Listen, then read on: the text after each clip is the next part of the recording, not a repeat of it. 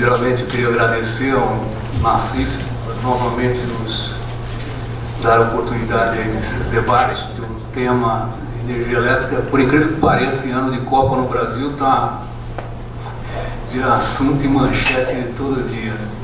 Isso é bastante interessante. Coisa ruim ter manchete toda hora. Então, acho que você deu uma boa introdução, logo no começo, quando a gente falou da imprensa, do papel, né, da comunicação e como ela influencia os processos. O próprio Samek também falou sobre a influência, a vinda até do James Cameron aqui. Então há uma pressão muito grande em cima desse assunto, e eu acho que não é um caminho sem volta, né? Nós somos uma democracia jovem em desenvolvimento. Cada ator e cada novo instrumento de discussão aparece, surpreende os outros grupos. Eu acho que a única saída é a gente ter mais discussão e mais luz sobre o assunto. Uma das coisas também que o Jorge Samek nos lembrou é que na Constituição de 88 os engenheiros de planejamento ficaram de fora. Esse é o preço de você não participar de uma discussão. Você fica de fora e depois pode encontrar dificuldades, né, no seu negócio, nos interesses da sua classe para poder se pronunciar ou exercer qualquer atividade. Por outro lado, também o professor Altino Ventura nos dá uma boa visão aqui. Ele me lembrou o que eu tive que fazer há 2 semanas atrás, quando na Deloitte a gente tem muita consulta de investidores, tanto da Ásia, da Europa. E você imagina a dificuldade, né, de eu tentar explicar o quadro conjuntural atual. Preço, PLD de energia nas alturas, exposição voluntária, renovação de concessões, enfim. Mas, como disse o professor Ventura, nós temos um fundamento de mercado brasileiro muito interessante. A gente cresce uma taxa média de 4%, né, de acréscimo de necessidade, de acréscimo de demanda nos últimos 10, 15 anos. Isso vai dobrar a nossa necessidade de ter investimentos que dobrem a nossa capacidade, né, para atender essa demanda de energia. E outro aspecto é que a nossa energia é a mais renovável do mundo, do planeta. Para vocês terem ideia, hoje nós temos 1.200 empreendimentos de geração térmica a carvão em construção no planeta, em 59 países. 40% da energia gerada no planeta vem de origem de carvão mineral. Inclusive todos esses iPads, iPhones que vocês usam provavelmente foram produzidos com energia a carvão. Isso é bastante interessante. Isso nos leva a uma... É muito interessante. Eu vi aqui uma pergunta aqui de alguém da plateia falando sobre a responsabilidade, né, dos consumidores no preço da energia. Isso é bastante interessante. Quando a gente começa a levar assuntos de investimento em infraestrutura, principalmente energia, que requer um longo prazo de maturação, de implementação e de maturação, é uma questão de escolhas e consequências da sociedade. Ele bem lembrou aqui que em 2008 não se conseguiu colocar nenhuma usina hidrelétrica no leilão. Por quê? Estava todo mundo, talvez, discutindo de uma maneira sem pensar, né, nas consequências dessa pressão, né, ambiental. Eu acho que é um assunto, sim, que a gente deve colocar em pauta, mas isso tudo tem escolhas, tem consequências. O fato de não conseguirmos ter colocado aquelas usinas hidrelétricas na época, havia uma necessidade de atendimento na demanda e foi colocada essa usina, né, que hoje é uma usina backup, movida a diesel. E aí eu queria O meu tema é um pouco falar disso, né, de risco e perspectivas de segurança.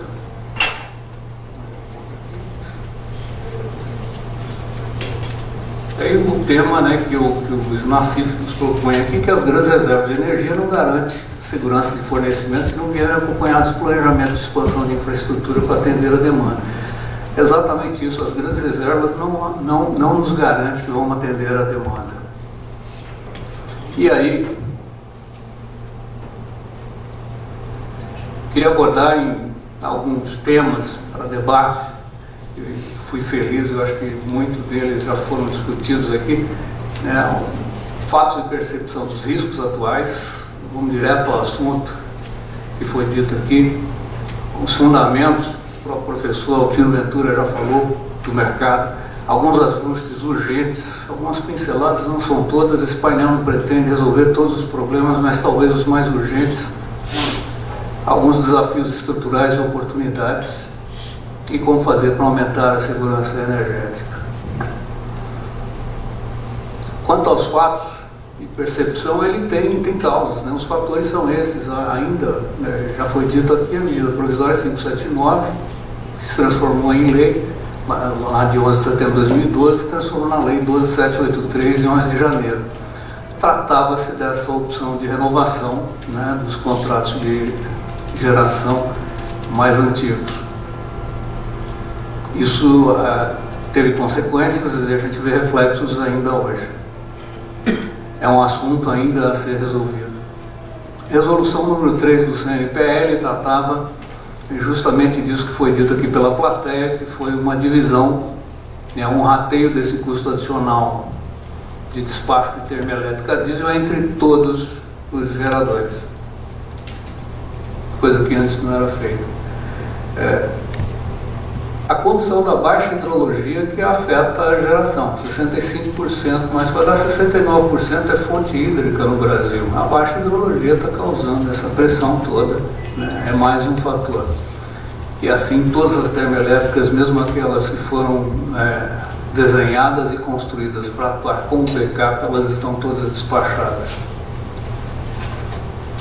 Um outro problema é o sinal de preço invertido ao consumidor. O consumidor final não está percebendo ainda, né, a alta de preço. Havia até uma proposta, foi colocada em audiência pública, de bandeiras tarifárias pela agência reguladora, ela não foi implementada. Gente, isso é como a gente se faz lá em casa. Se o preço do tomate na feira está caro, consome menos ou consome alguma coisa que substitua. A energia não dá para substituir, mas dá para diminuir, né? Isso não é pecado, a gente não tem que politizar esse assunto. É uma condição climática, é cíclica e é natural que se reduza essa pressão de consumo no momento que você está pagando uma energia cara. E essa energia, como nós não estamos pagando, o sinal não chega ao consumidor, isso está sendo represado e vai ser repassado aí após esse financiamento começar a ser pago lá na frente. Isso causa essa exposição involuntária, né, das distribuidoras, somada à pressão de preços. E um outro problema é atrasos nos cronogramas de obras de expansão de geração e transmissão.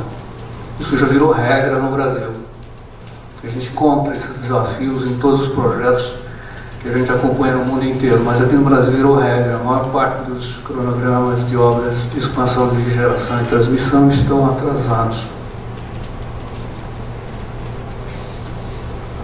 Por outro lado, tem um lado bom, né? Meio que eu conto para os meus colegas em outros países quando a gente tenta atrair capital para investimento. O Altino já disse aqui, nós não temos problemas de demanda, né? O mercado doméstico é crescente, tem países que é estável, totalmente estável, não tem mais para onde investir. O mercado de capitais brasileiro é desenvolvido, temos o apoio dos governos no fomento do desenvolvimento setorial, apesar dessa fricção toda que nós estamos vendo aqui, é conjuntural. Nós acabamos de ver aqui o Jorge Samek e o professor Altino contando aí da experiência, a capacidade técnica e a experiência acumulada dos nossos técnicos é considerável. nós temos essa opção, né, diversidade de recursos naturais que precisam ser desenvolvidos e uma certa estabilidade econômica. E assim, vem aqui algumas propostas de ajustes urgentes. Uma delas, a professora Altino Ventura acabou de dizer que leilão de transmissão deveriam ser precedidos de licenciamento prévio. É complicado isso, algum outro empreendedor aqui já tocou nesse assunto. Você imagina também o lado dos transmissores. Ele vai, compra, paga o menor preço pelo leilão, ganha de presente um projeto que ainda não tem licenciamento. E ele imaginava aí todo a estruturação financeira do projeto, né, de investimento, dos gastos iniciais e do recebimento. Ele desenha de uma forma, ele imagina que vai construir aquela linha em 3, 5 anos, só que ele toma um susto porque o licenciamento prévio nem foi ainda feito. E aí se começa um labirinto, né, de processos burocráticos para obtenção desse licenciamento. Não estou dizendo que eles não têm que ter. O grande problema é, novamente, questão de uma ampla discussão. Eu acho que a gente tem que chamar todo mundo à mesa. E aí estamos falando de sociedade, não estamos falando de todos os ministérios, do governo, das instituições do Estado, e saber que cada vez que alguém acha simpático, né, aderir a qualquer processo desse de impedir qualquer obra, saiba que aquilo tem um preço. Demora, mas ele aparece. O que nós estamos vendo agora essa conjunção, né, de fatores e explosão de preço vai bater no nosso bolso. E aí a gente volta a revisar esse processo que antecede essa colocação de projetos. Está aqui, eu acho que é excelente a aula que o professor Altino Ventura nos deu aqui sobre o planejamento no Brasil. De fato, nós precisamos de planejamento. Todos os governos fazem isso. Temos metas, temos recursos naturais a serem desenvolvidos que precisam ser incentivados. Mas só que a gente deveria padronizar e integrar mais esse processo. Definir melhor papéis e responsabilidades, prazos, recursos envolvidos no licenciamento. Acabou de ouvir aqui um outro assunto, tema. Joga-se a responsabilidade eventualmente no Ministério do Meio Ambiente, mas ele não tem capacidade de braço, gente, técnicos, orçamento, gente treinada para poder dar conta dessa demanda. Estão falando do Ministério do Meio Ambiente, estão falando do Instituto Chico Mendes, estão falando, né, se uma linha de transmissão, você imagina o que é conseguir licenciamento de uma geração que é localizada. Você imagina uma linha de transmissão que atravessa alguns estados, municípios, rios, áreas de proteção ambiental permanente, APP. Com quantos órgãos esse empreendedor vai ter que conversar? Em quantos estados? É justo que a gente jogue o risco desse licenciamento totalmente ao empreendedor? Não me parece razoável. E cobrar aqui, eventualmente, eu não quero defender ninguém, mas veja bem, é muito fácil a gente ficar olhando de longe e culpar que uma linha de transmissão não chegou porque a geração vai sair na frente. Tem alguns ajustes aqui no planejamento que tem que ser feitos. O planejamento é bom, desde que ele seja precedido de observar a realidade, pegar essas lições aprendidas e incorporar no nosso novo plano, e trabalhar com prazos realistas.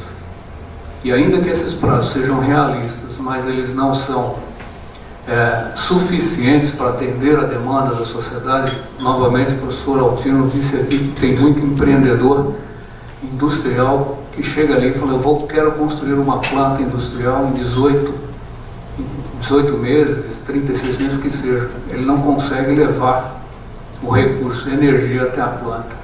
Essa planta é descartada. Nós somos consultados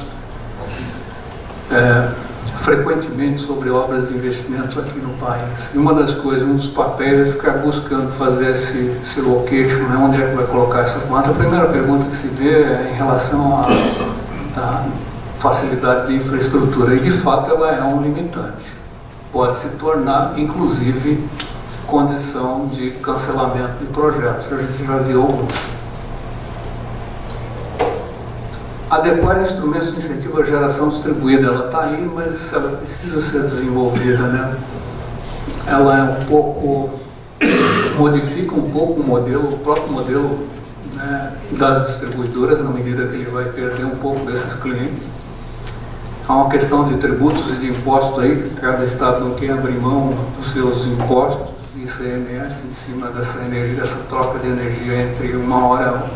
Ele passa a ser gerador e produtor ao mesmo tempo, né? Faz um net metering disso, né? Faz uma medida dessa diferença, ele paga isso. E há problemas, acho que com exceção do estado de Minas Gerais, acho que todos os outros não querem abrir mão do seu ICMS. Isso inviabiliza nesse primeiro momento a necessidade de pensar em incentivos no longo prazo e avaliar esses riscos sistêmicos do modelo que leve essa exposição generalizada nos extremos. A gente acabou de falar aqui, alguém já citou os números, né, das distribuidoras. Isso ainda não acabou. O empréstimo disponibilizado de 11,2 bilhões, ele cobre o mês de maio, se não me engano. Ainda a gente tem essa geração termoelétrica ligada pelo menos até mais um tempo. Provavelmente essa conta deve crescer. E isso acaba resvalando. Se crescer muito, é uma outra questão que também já foi colocada aqui, o próprio professor Altino colocou, essa exposição já vai resvalar nos geradores. É risco do negócio? É, mas mesmo assim, agora, é um problema ali do jogo, né? Não dá pra, já sabia-se na entrada, né, do negócio que havia essa possibilidade. Mas a gente tem que avaliar agora, pensando no longo prazo, de que quando todo mundo chegar no extremo, o problema já não é mais do empreendedor, mas acho que o sistema está precisando de uma revisão.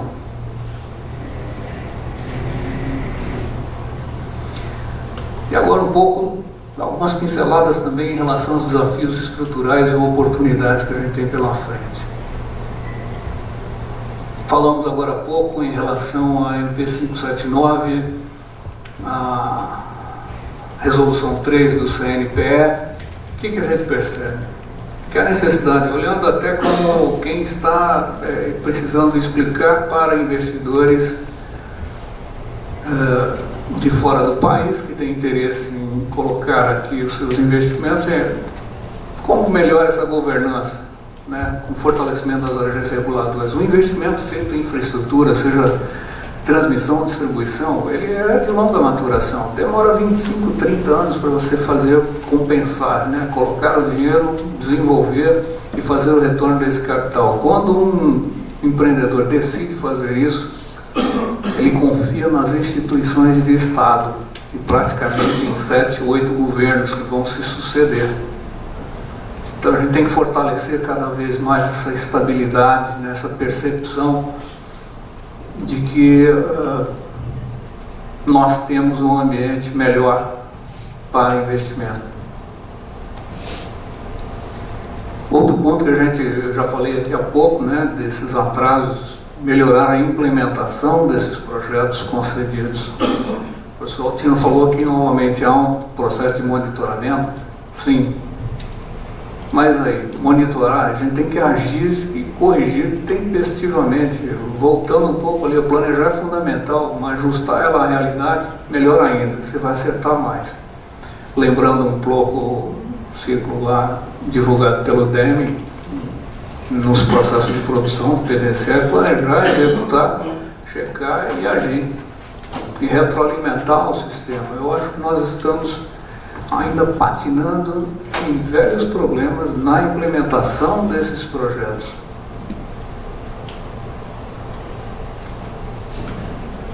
E por último, falar um pouco de segurança energética, todo mundo falou aqui, mas acho que o caminho é esse. Fomentar a diversificação da matriz e ela está cada dia mais hidrotérmica, senhores.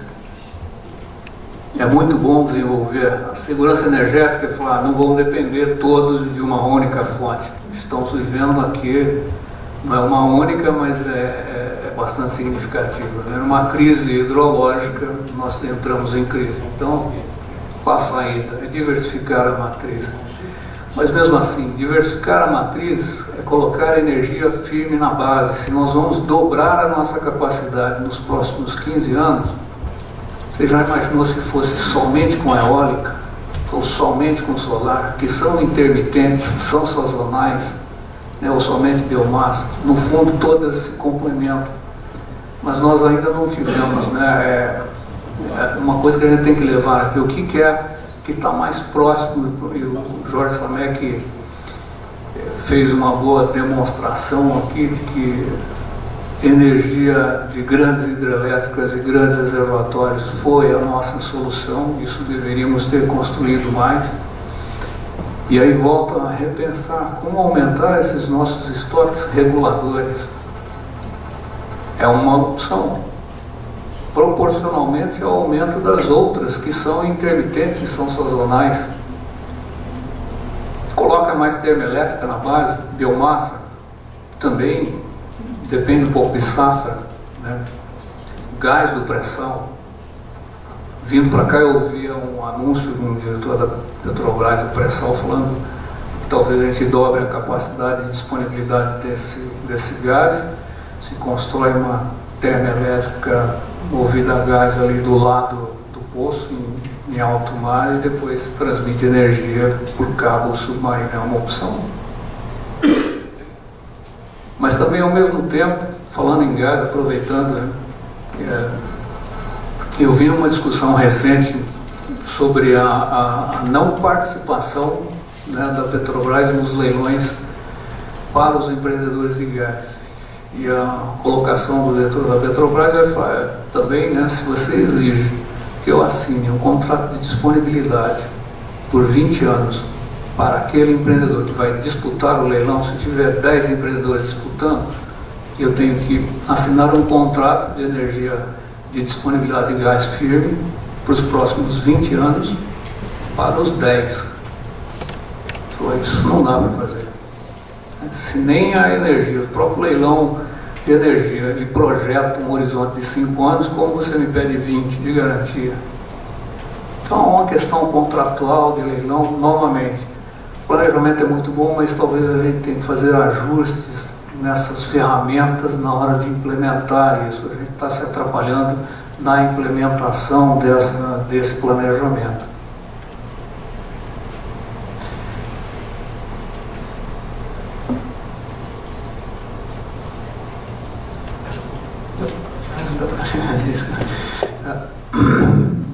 Estou terminando aqui.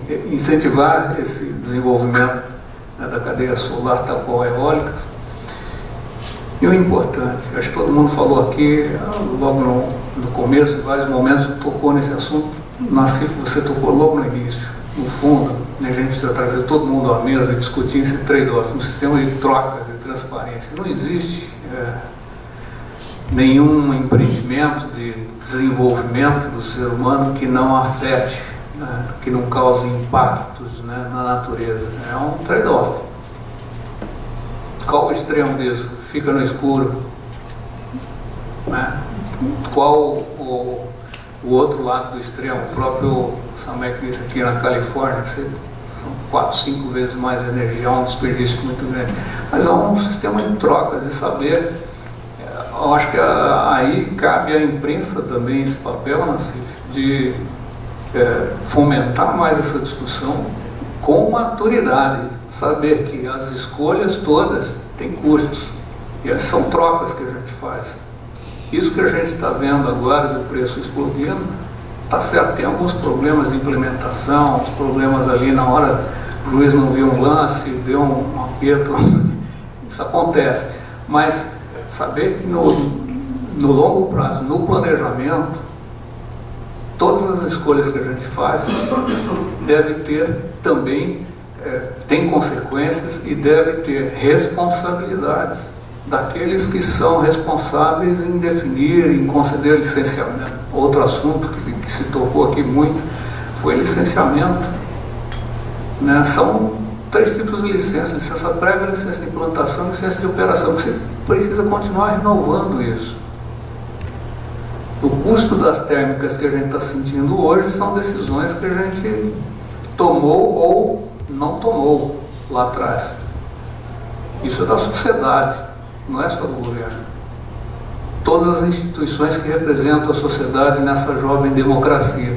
Você imagina eu tentando explicar isso para um investidor asiático que tem um regime quase que militar. Falar que aqui nós temos 3 poderes, temos a instância federal, estadual, municipal, na justiça tem o Ministério Público, todos têm o seu papel, né? E todos buscam esse espaço nessa democracia. Eu acho que isso tem que ser discutido, mas o buscar espaço, né, ter voz na democracia também representa responsabilidade com aquilo que se faz ou aquilo que se não deixa fazer. Isso aí, muito obrigado.